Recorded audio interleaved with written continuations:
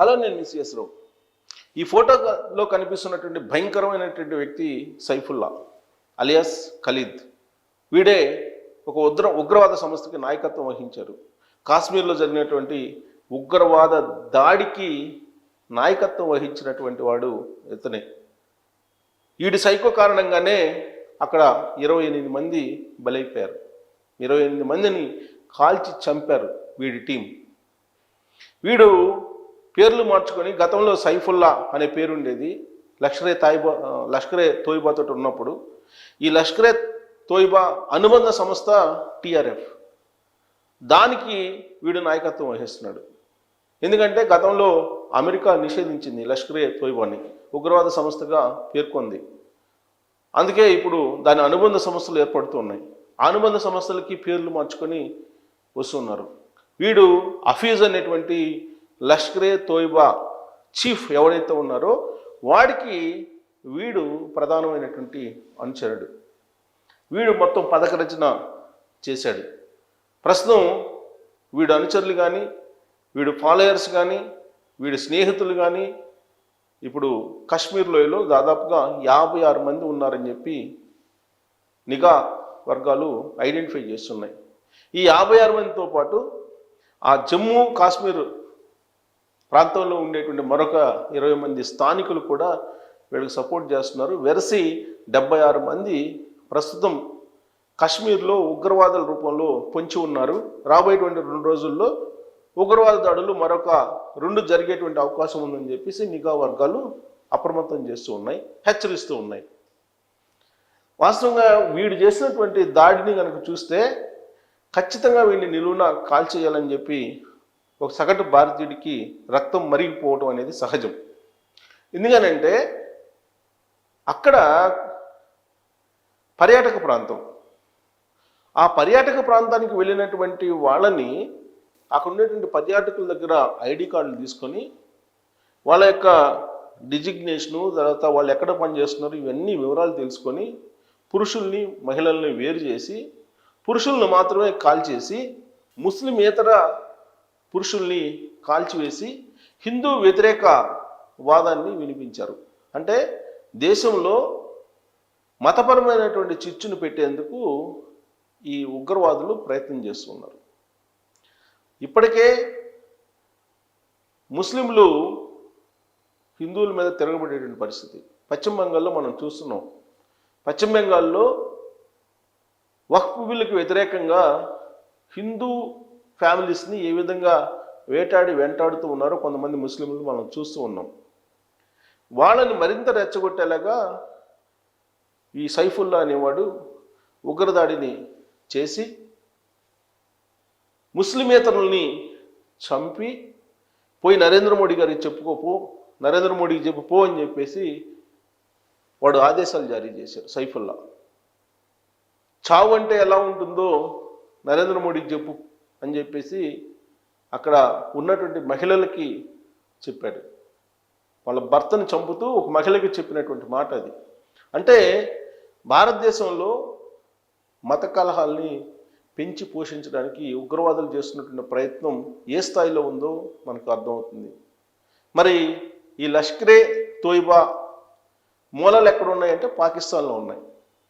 పాకిస్తాన్ ప్రభుత్వానికి సంబంధించిన ఐఎస్ఐ అలాగే పాకిస్తాన్ ప్రభుత్వంలో ఉండే ఉన్నత అధికారులతోటి ఈ సైఫుల్లా అనేవాడికి సత్సంబంధాలు ఉన్నాయి అనేది ఇప్పుడు భారత ప్రభుత్వం, భారత నిఘా వర్గాలు అనుమానిస్తున్నాయి, భావిస్తున్నాయి, సమాచారాన్ని కూడా సేకరించాయని కూడా తెలుస్తుంది. అత్యవసర సమావేశాన్ని నరేంద్ర మోడీ గారు ఏర్పాటు చేసి ఉగ్ర దాడి మీద ఆయన సమీక్షిస్తూ ఉన్నారు. మరోవైపు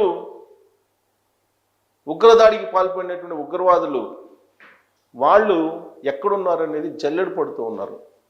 ఆర్మీ మొత్తం ఇప్పుడు జల్లెడ పడుతుంది. పైన హెలికాప్టర్లు సెర్చ్ చేస్తూ ఉన్నాయి ఉగ్రవాదుల కోసం. 10 మంది ఉగ్రవాదులు సుమారుగా ఈ దాడిలో పార్టిసిపేట్ చేసినట్టు అక్కడ ఉన్నటువంటి పర్యాటకులు చెబుతున్నారు.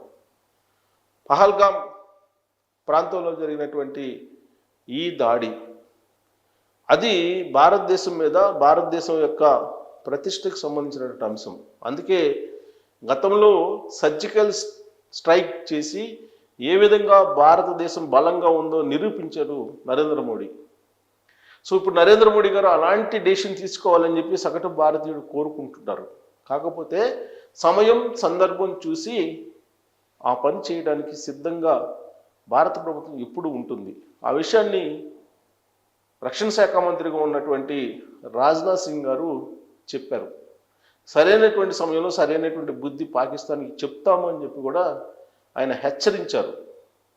మరోవైపు జాతీయ భద్రతా సలహాదారు అజిత్ దోవల్ త్రివిధ దళాలను అప్రమత్తం చేశారు. పాకిస్తాన్ భారత సరిహద్దుల్లో ఏం జరుగుతుందో ఎప్పటికప్పుడు పర్యవేక్షిస్తూ ఉన్నారు. పాకిస్తాన్కి సంబంధించినటువంటి యుద్ధ విమానాలు సరిహద్దు వెంబటి నిఘా పెట్టాయి అనేటువంటి విషయాన్ని తెలుసుకున్నారు. అందుకే భారతదేశ వైమానిక దళాలని మోహరించి ఉన్నారు.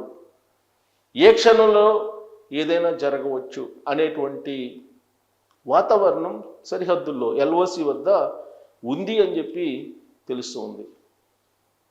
నిఘాకు సంబంధించినటువంటి పూర్తి సమాచారం ఎప్పుడు కూడా బయటికి రాదు. ఆ నిఘా సమాచారం ఎప్పుడు కూడా నిగూఢంగా ఉంటుంది, రహస్యంగా ఉంచుతారు. సర్జికల్ స్ట్రైక్ జరిగినప్పుడు కూడా అదే తరహాలో ఉంచారు. పాకిస్తాన్ అప్పుడు పుల్వామా దాడి చేసింది. సో ఆ తర్వాత జరిగినటువంటి పరిణామాలను పాకిస్తాన్కి తెలుసు. అయినప్పటికీ పాకిస్తాన్ ఇప్పుడు తగ్గట్లేదు, కవ్విస్తుంది, రెచ్చగొడుతుంది భారతదేశాన్ని. ఈ ఉగ్రవాద దాడి వెనుక పాకిస్తాన్ ఉందని చెప్పి ప్రపంచంలో ఉండే సమాజానికి తెలిసింది.